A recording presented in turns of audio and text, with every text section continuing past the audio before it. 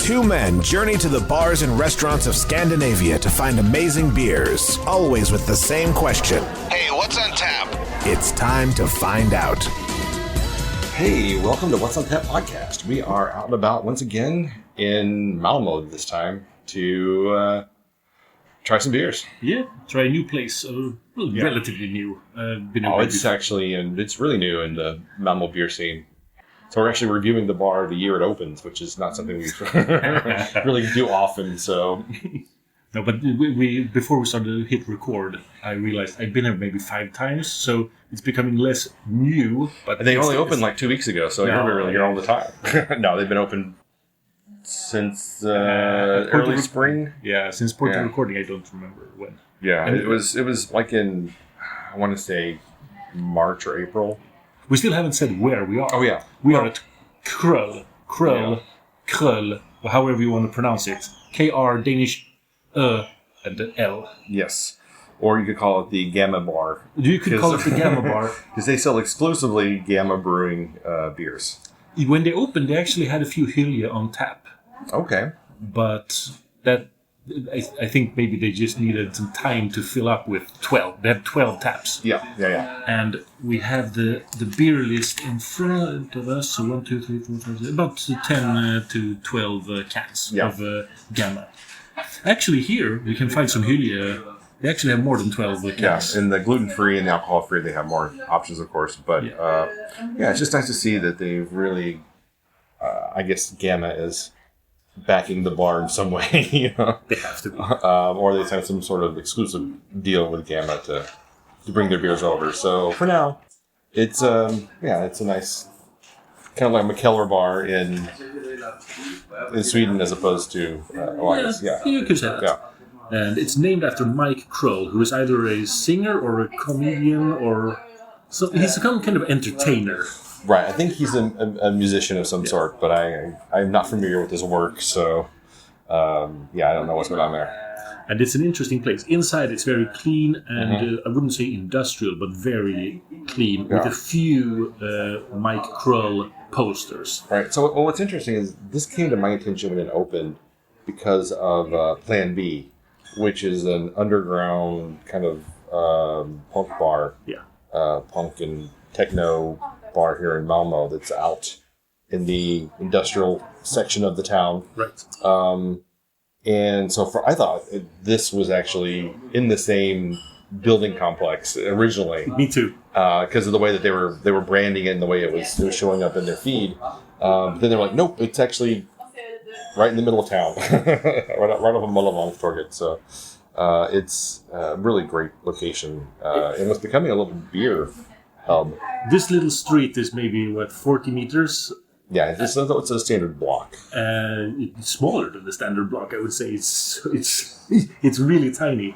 But I can, including this, there are 4 craft beer bars within sight and a regular old Carlsberg beer place. It's actually amazing. Almost every, it's all beer bars. Yeah, and then just a couple of blocks away is Malmö Tap Room. Yeah, sure. And then there's Mörska Pavilion, and then just a little bit further than that, and then there's Casual Street. And on the other side, we have Poppa just around the corner. Yeah. There's a lot of beer. Yeah. And then Beer Ditch is like another 5-minute walk from here. So it's a nice little beer area. Exactly. And a big selling point of this place is that they sell barbecue that is actually has some quality to it. It's actually really good. I'm surprised at how good it was. So on the lunch it costs 145 kroner and for evenings 195, and you get like a brisket and a rib and some sausages or sausage halves and some pork, like some grilled pork sides maybe. They're very fatty but they just melt in your mouth. Yeah. And then a tiny bit of potato salad that's just there for as an alibi. Yeah. The only thing I wish they'd put some, just like a slice of bread, because they're obviously going for a Texas-style barbecue plate. It needs a piece of bread to go with it to kind of like, and some things like the pork belly that's really fatty, you kind of want that bread to cut through some of that richness, I think. You're correct. They also have pickled onions and pickled cucumbers, but bread is the only thing that actually would be missing. Yeah.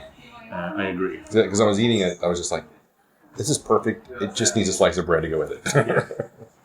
All right, well, let's dig into the beers. Yes. They also have things like lamb tacos and chicken wings and tuna ceviche, so it's got some interesting stuff to try here. They actually have chicken wings? Some sort of a Korean-style fried chicken wings with beer tempura, which I'm guessing they're deep-fried, battered chicken wings of some sort. I would guess so. Yeah.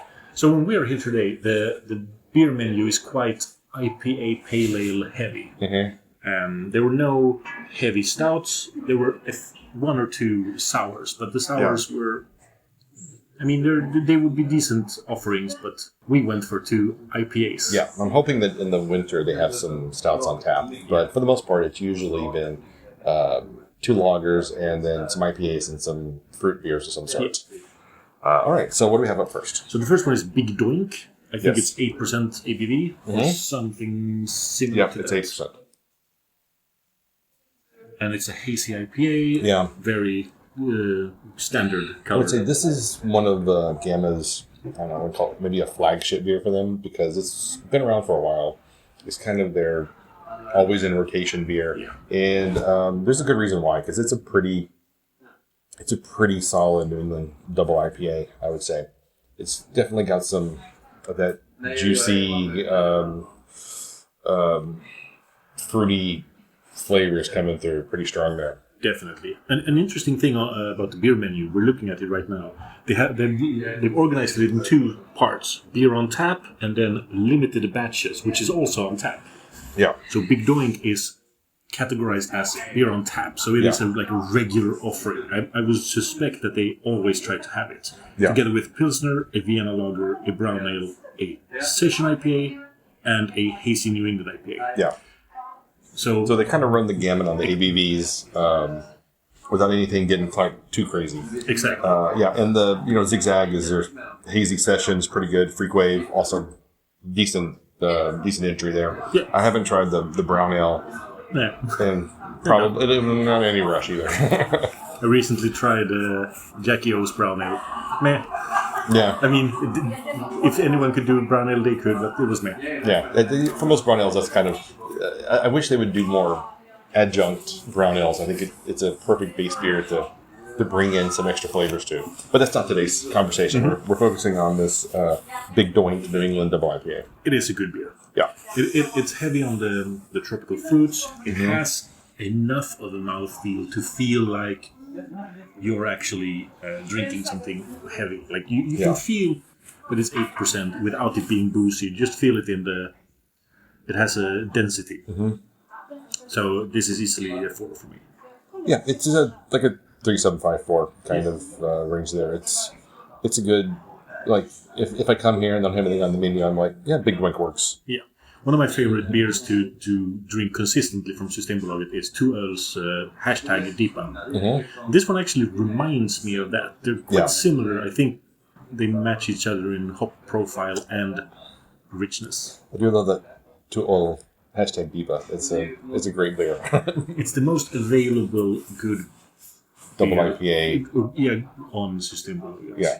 Everything else is either too expensive or disappeared because it was a limited release. I think the double moss is usually pretty good, but it's hard. Which one it's Stig Brigette's. That's not as good. You don't think so? No. I may have to try it again. But now we've gotten sidetracked once again. Okay. The next beer is from the limited batches on tap. It's called Lean In, and it is a grapefruit double IPA. 8.5% ABV. Wait. And it's flavored with actual grapefruit. And I picked this one actually because I thought, well, that could be fun. I'm not big on the orange and tangerine IPAs, but grapefruit could play really into a lot of depending on the hops they use, could really play into a nice flavor profile within an IPA.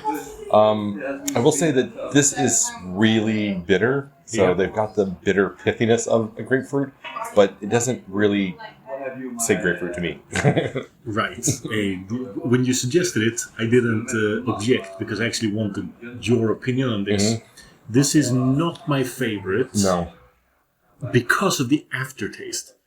The first initial taste is fruity, double IPA, hazy, But then it goes into this weird where you bitten into the rind of the or just the outer part where it's so it's almost vegetably bitter. I would, and it gets into that Danish besk, which is the Danish like really dry bitter kind of flavor. I agree. Which you either love or hate, and for me it's not one of my favorite places to be. Exactly. So Gammeldansk, which is the most famous of Danish bitters. I was expecting this to be a little more playful with the grapefruit flavors, and it is not. It's just like hard edge. So yeah, this is not. It's drinkable, but it's not something I would ever order again. I think. Exactly. So I'm going to give this a 3.25. Me too. That's where it is. If I was in a bad mood, I'd give it a 3.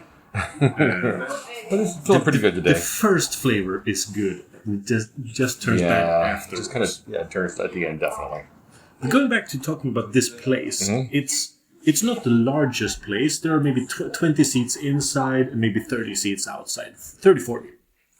I haven't counted them, and I've seen the place quite packed, like 90% packed. But I've never seen it 100% packed. Yeah. And that's the magic number.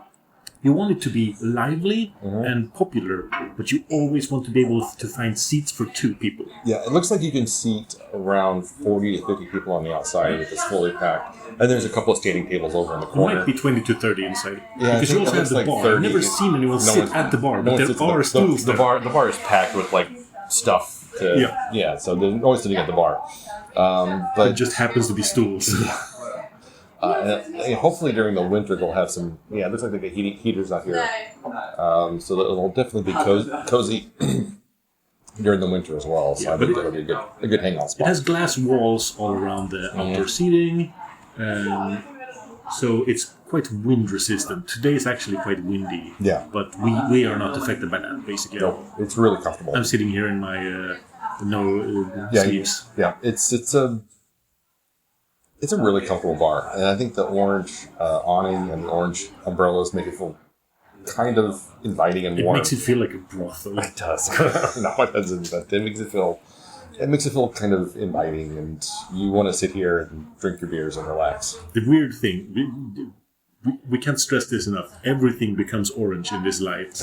It really does. I've eaten here in the outdoor spacing, and all the food becomes orange, so that you can't really tell the brisket and the grilled pork sides apart almost, because it's all orange or like burnt, crispy colors. It's quite weird. All right, man. Anything else you want to add about here? It's one of my favorite places now. Yeah, it's become one of my go-to places in town. Like just to drop by, because they're not listed on Untappd. You kind of have to come by and see what they have, because you don't know what their taps are. You can check what people have checked in recently, because the crowd that goes here seems to be quite beer heavy. There are always check-ins like every day. Yeah, it's really nice that way. Some lesser hipster bars can go days without any check-ins, and that's more difficult to find out. Yeah. They don't rotate beers that often. Maybe one beer every 2 weeks. Okay. But they at the bar they have a little sign saying what's newest. Mm-hmm. So you can always immediately check. If you don't know what beer that is, then maybe you need to investigate the board better to see if you've missed more than one. And even if nothing else, even if they don't have new beers, their lager I thought was actually pretty good. Yep. I think that the big Doink is worth always rehabbing. Exactly. Just to enjoy the afternoon and to sit outside. But there's a mystery about the flagship Krol Pilsner, because when they opened, it just said Krol, and that was on Untappd a Dortmunder or Vienna lager or whatever. The Dortmunder, I think, was the style. And then now someone has created another entry for Krol Pilsner, which is a Pilsner. And this board right now clearly says Krol Pilsner. Did they change, or is there just a misunderstanding that the beer nerds mislabeled? Who knows? I think there's a misunderstanding. I don't think they changed anything. But Gamma seem to care about their untapped presence. They have pictures and they're moderated, but they're not merged. It's Yeah, I imagine they'll probably be merged at some point because I can't imagine they did 2 Krol lagers, at the same time. Maybe they first made a Krol Dortmunder and then they realized, no, we need a Pilsner. It's like, this is much more work than we need it to be. for no benefit whatsoever. Exactly. All right, well, we'll wrap it up here then. You can find us online at what'sontappodcast.com, Instagram, Facebook, Spotify, YouTube, and wherever you can find podcasts, we are here. So until next time, keep drinking.